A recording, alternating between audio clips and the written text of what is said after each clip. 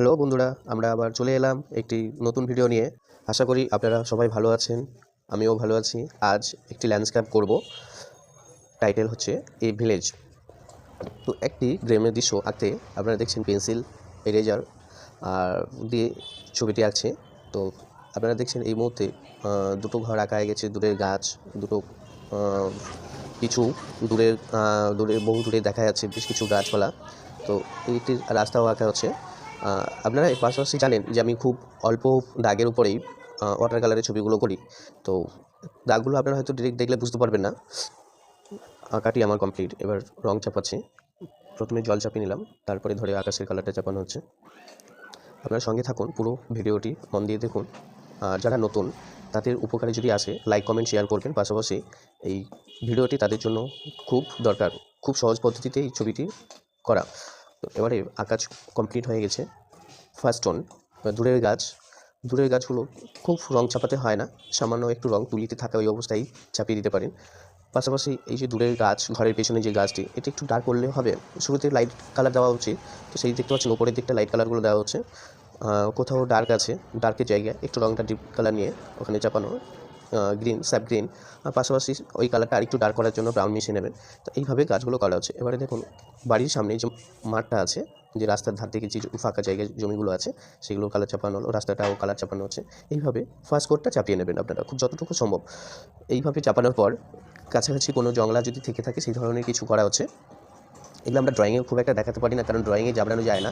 এটি মূলত এই ওয়াটার কালারেই খুব লাইট করে আঁকা হয়, যার জন্যে আমরা পুরোটাই আঁকা হয় না, আমরা পুরোটাই রঙেই করে দিই।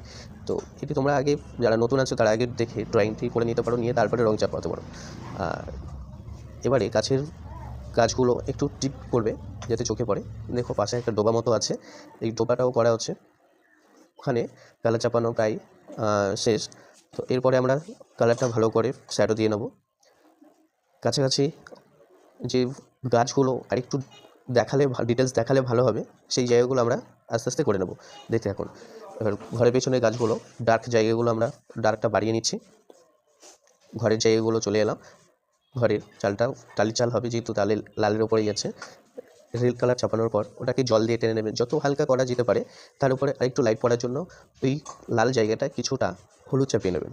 হলুদ চাপানোর পর আস্তে আস্তে ওই জায়গাটায় পুরোটায় একটা রেড কালারের এফেক্ট থাকবে, যেখানে লাইট পড়লে অরেঞ্জ কালারের মতো দেখতে হবে। এইভাবে করতে হবে। দুটো ঘরই কালার চাপিয়ে নেওয়া হলো। তারপরে আমরা চলে যাব বাড়ির যে দেয়ালটা আছে, দেয়ালের কালারটা করার জন্য। দেয়ালের কালারটা যেহেতু গ্রামের ঘর, তো সেক্ষেত্রে আমরা এই মাটির ঘর বলে সেইভাবে তার এফেক্ট আনবো। যেমন ব্ল্যাক কালার মিশিয়ে জল দিয়ে টেনে ওটাকে মাটির কালারটাই আনা হচ্ছে, দেখা যাচ্ছে। তো এইভাবে আমরা করে কমপ্লিট করে নিলাম। রঙটা শুকিয়ে যাওয়ার পর পুরোটা করে নেবো। এরপরে যাই তাল গাছটা আমরা নিচের দিকটা ডিপ কালার, পরপর ডিপ, মিডিয়াম, তারপরে লাইট কালার দিয়ে চলে যাবো। আর তাল গাছে বিশেষ একটা চেনার সহজ উপায়, যে পাতাগুলো একটু বড় হয় আর নিচের দিকে অংশগুলো একটু ডার্ক হয়, যেহেতু তাল গাছের পাতা শুকিয়ে গেলে ব্রাউন টাইপের চলে আসে। তো সেই ব্রাউন কালারে দেওয়া শ্যাডো দেওয়ার পর এইরকম করে কাজ হয়ে গেলে গাছের কাণ্ডগুলো টেনে দেওয়া হবে।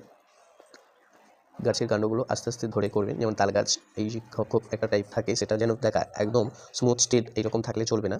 দেখুন আপনারা আমি কীরকম করে করছি, জায়গাগুলো ধরে ডিটেলস বার করতে গেলে আপনারাও এরকম করে ধরে কাজ করবেন। যারা নতুন কাজ করার ইচ্ছুক তারা এইভাবে ধরে কাজ করবে, আশা করি অনেক ভালো হবে।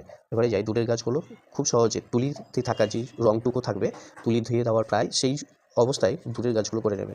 তারপরে ঘরের ডিটেলিংস ধরা হলো। ডিটেলিংসটা পুরো দরজা জানলাগুলো ব্ল্যাক টোন দিতে হয়। দেওয়ার পর পুরো ঘর কমপ্লিট। তারপরে যাই দূরের যে ঘরের পেছনে গাছ ছিল, সেইগুলো আমরা গাছের ডালপালাগুলো একটু দেখানোর চেষ্টা। তো এইগুলো দূর থেকে দেখলে মনে হবে না সত্যি কোথাও একটা গাছের যে আলো ছায়া বিষয়টা পরিষ্কার বোঝাই যাচ্ছে। তো এটা কমপ্লিট করার পর এবারে আসি সামনের দিকটা, যে জায়গাগুলো ডিপ করলে আমাদের চোখে পড়বে, ভালো লাগবে, সেই জায়গাগুলো আমরা কালারগুলো একটু ডিপ করে করব এবং ডিটেলিংসটা ধরবো যাতে গাছটা পরিষ্কার বোঝা যায়, যার জন্যে আমাদের ছবিটা আরও সুন্দর হয়ে ওঠে। তার জন্য আমরা এই কাজগুলো করে থাকি।